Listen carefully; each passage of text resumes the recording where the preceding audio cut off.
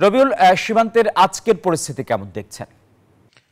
ধন্যবাদ টিপু। আপনি জানেন যে গত 10 জানুয়ারি কিন্তু ভারতীয় বিএসএফ বা বিজিবিকে না জানিয়ে কিন্তু কাঁটাতারের বেড়া নির্মাণ করেছে জিরো লাইনে।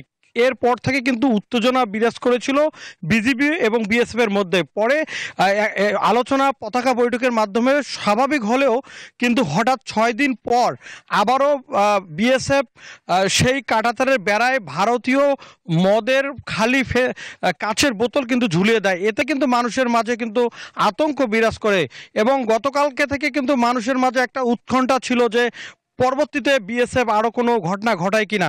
তবে এরপর থেকে কিন্তু ভারতীয় বিএসএফ ভারী অস্ত্র নিয়ে কিন্তু সেই জিরো লাইনে কিন্তু এসে পাহারা দিচ্ছিল এবং পাশাপাশি সেই কৃষকদের এবং সীমান্তবাসীর দাবি যে বিজিবির ক্যাম্প নির্মাণ এবং বিজিবির যদি টহলদার বৃদ্ধি করে তাহলে কিন্তু আমরা আতঙ্ক এটা কমে যাবে। পাশাপাশি কিন্তু এই পরিস্থিতিতে কিন্তু কৃষকদের মাঝে একটা উৎকণ্ঠা চলেছে।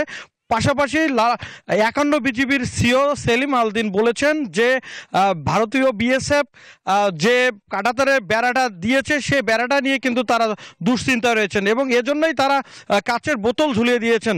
এটা জাস্ট প্রোটেকশন হিসেবে এটাই ছিল আমার কাছে সর্বশেষ। ফিরে যাচ্ছি স্টুডিওতে টিপুর কাছে।